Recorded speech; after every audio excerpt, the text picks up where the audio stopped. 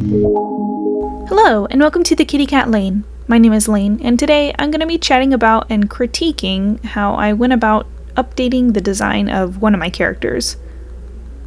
This isn't a full-on redesign, but I will be making some adjustments to her outfit and stuff as I flesh out her visual design a little bit more. Now, this character and the rest of her group has been around for quite a while, and I just kind of put the bare minimum into the looks of her outfit design. To be honest, I can actually say the same for most of these characters because I tend to draw all 8 of them together so I can update them all at once. Doing a big group update has its pros and cons, but the biggest con really outweighs any pros I can think of, at least for me. The problem is, drawing all 8 characters at once takes a while and it wears me out. By the time I've finished sketching the poses and bodies of all these characters, I don't really feel like pouring too much effort and thought into how I could improve their outfits and that aspect of the designs. So I usually just end up redrawing them in the newest version of my style.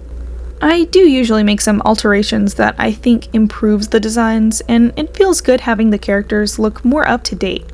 So it's not a total waste.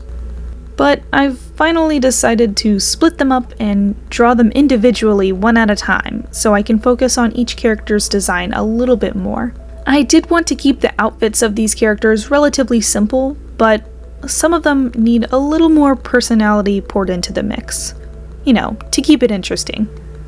Knowing that, the way I went about drawing here is a little bit out of order. You'll see me work on the design of her jacket that she's wearing at the very end, after fully drawing it on her with the line art in color.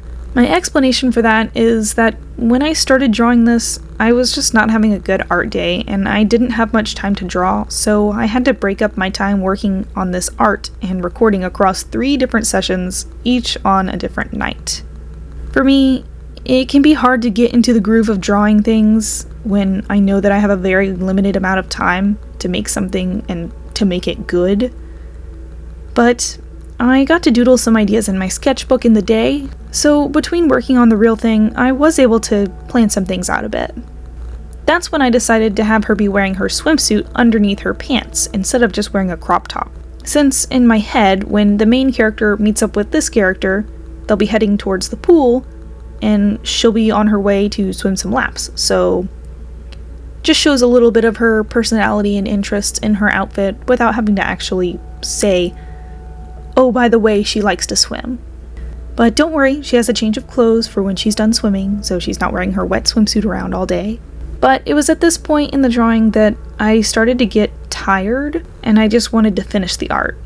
So I temporarily wrapped things up after coloring the full body, bust, and half body.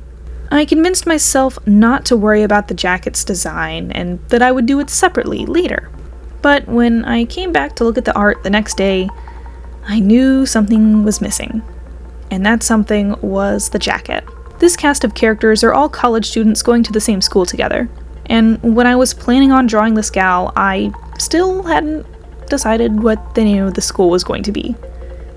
Like, come on. I've had these characters for years, and I still haven't figured out this key element of the environment in which they live in. Okay. I wanted to make the Letterman's jacket more interesting by adding the school's initials and logo on the back. But I couldn't do that until I made up my mind and figured out what it was going to be called in the first place. So I got to work on that. At first, I was just gonna slap some name in front of university just to get it done, and I was looking at names based off of their meanings, and I was thinking Conrad University. That's why some of the art you see will start with the initials CU for a little bit, but when I wanted to work on the logo, I was kind of stumped.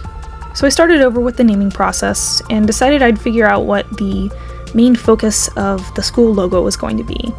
I wanted it to be a bird because I thought a bird would look good on a crest-like school logo. Then, when I picked an owl, I looked up names that I thought would be fitting for a university that also made me think of an owl. So once again, I started looking up names based on their meaning, and I settled with Oswald University. I could easily picture a funny owl mascot named Oz or Ozzy the Owl, so I think I made a pretty good choice for now. If not, I can always change it later. In the end, I had more fun designing the logo than I thought I would. I really enjoy getting to do more small, detailed designs, but it usually takes more thought and time, and I usually just get too excited and in a hurry to draw that I forget to stop and think about it and do it right the first time. I don't plan on making a new character anytime soon, but when I do, because I'm sure I will, I hope I'll be able to remind myself that I want to take my time on making it as good as I can the first time so I don't have to come back and do it again later. I think I would really benefit from drawing a thumbnail or demo sketches before putting all my energy into drawing, erasing, and correcting the same thing a bunch of times. Luckily, I am starting to get into a better habit of drawing loose drafts in my sketchbook now. But anyway, thank you so very much for taking a walk down the kitty cat lane with me. I hope you enjoyed the video, and I wish for you to have a wonderful rest of your day. And here's the secret kitty of the day. Bye!